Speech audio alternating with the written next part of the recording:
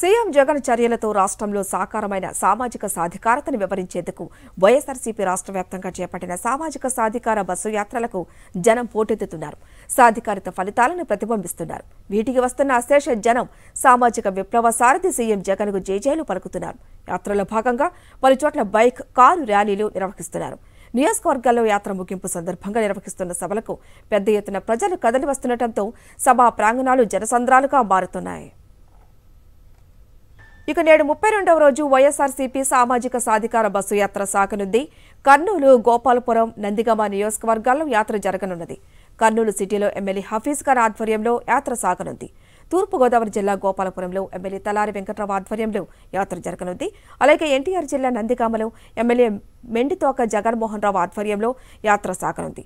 ఈ బస్సు యాత్రలో SC, ST, BC, minority విభాగాలకు చెందిన మంత్రులు, ఎమ్మెల్యేలు, ముఖ్య నాయకులు హాజరు కానున్నారు.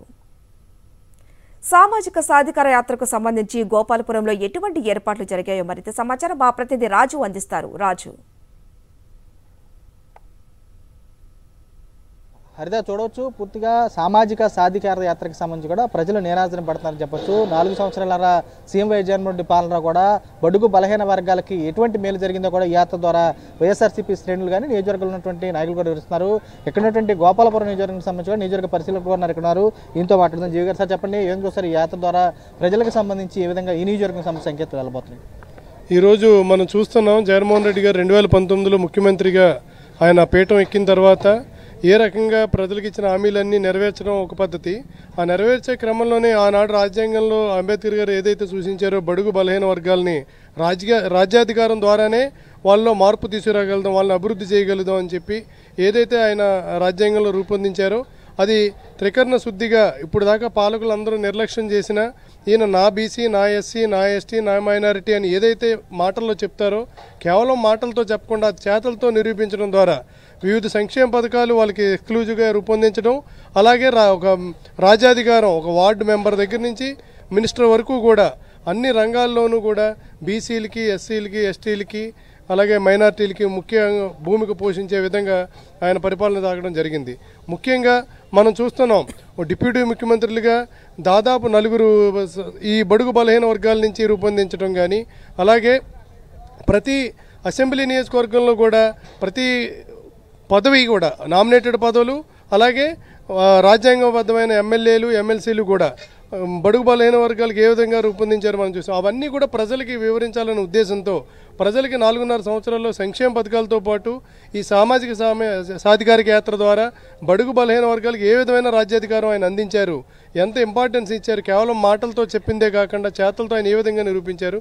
కాబట్టి బలహీన వర్గాలన్నింటికీ కూడా సమాచారం చేరవేసే విధంగా ఈ బస్సు యాత్రను రూపొందించడం జరిగింది. ప్రత్యేకంగా ఇక్కడ ఉన్నటువంటి నియోజకవర్గం సంబంధించి ఎస్సీ నియోజకవర్గం ఇది, దళితులకు సంబంధించి పథకాలు రద్దు చేశారు జగన్మోహన్ రెడ్డి గారు అని చెప్పని విమర్శలు చేస్తున్న ప్రతిపక్షాలకు మీరు ఏ విధంగా చెప్తారు? ఈ నియోజకవర్గం ఏ విధమైన పథకాలు రద్దు చేయబడలేదు. మనం చూస్తున్నాం, కులమత భేదాలు లేకుండా కేవలం అర్హతే ప్రామాణికంగా ఆయన పథకాలు ఇవ్వటం జరిగింది.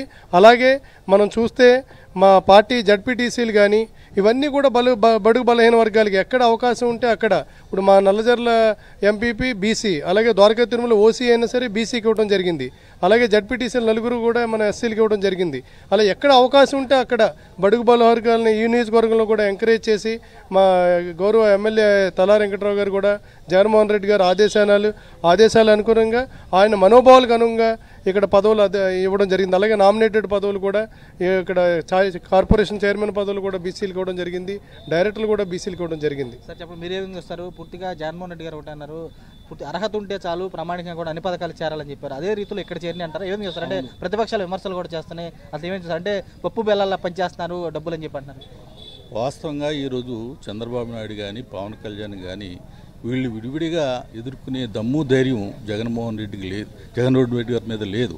అందుచేతే వీళ్ళందరూ సమాయత్తమై మనం ఏదో విధంగా గద్దెనెక్కాలి అంటే జగన్మోహన్ రెడ్డిని ఓడించాలనే కాన్సెప్ట్తో వాళ్ళు రాజకీయాలు చేస్తూ ఉన్నారు తప్ప జగన్మోహన్ రెడ్డి ప్రభుత్వంలో ఈ పొరపాటు జరిగింది, ఈ ఎస్సీకి ఈ పొరపాటు జరిగింది, బీసీకి లబ్ధి చేకూరలేదు అనేటటువంటి దమ్ము వాళ్ళకి లేదు. ఒక్క ఉదాహరణ మనకు చెప్పాలంటే ఈ రాజమండ్రి పార్లమెంటరీ కాన్స్టిట్యున్సీ ఎప్పుడు కూడా ఓసీలకి ఇచ్చేవారు. అది తెలుగుదేశమా కాంగ్రెసా అని కాకుండా కానీ మా ముఖ్యమంత్రి జగన్మోహన్ రెడ్డి ఈరోజు మార్గాన్ని భర్తకిచ్చి బీసీకి ఇచ్చి ఒక ఛాలెంజ్ విసరటం జరిగింది ఆ రోజు ఎలక్షన్స్లో 2019లో. దానికి అనుగుణంగానే సుమారు 2 లక్షల ఓట్లతో మార్గాన్ని భరత్ గారు ఇక్కడ నెగటం కూడా జరిగింది. చూడొచ్చు వీరంతా కూడా ఒకటే స్పష్టం చేస్తున్నారు. పూర్తిగా బడుగు బలహీన వర్గాలకు సంబంధించి రాజ్యాధికారం చేరువ చేసినటువంటి నాయకుడు సీఎం వైఎస్ జగన్మోహన్ రెడ్డి ఈ 4.5 సంవత్సరాల్లో కూడా పదవుల్లో కానీ నామినేట్ పదవుల్లో కానీ పూర్తిగా అధికారం విషయంలో కానీ సంక్షేమ పథకాల విషయంలో పెద్దపీట వేశారు. ఈ యాత్ర ద్వారా కూడా సంక్షేమ పథకాలు చేరువ చేసినటువంటి వారికి కూడా వివరించబోతున్నామని చెప్పి ఇక్కడ ఉన్నటువంటి వారు కూడా స్పష్టం చేసే కూడా కనబడుతుంది. Over to studio. Thank you Raj.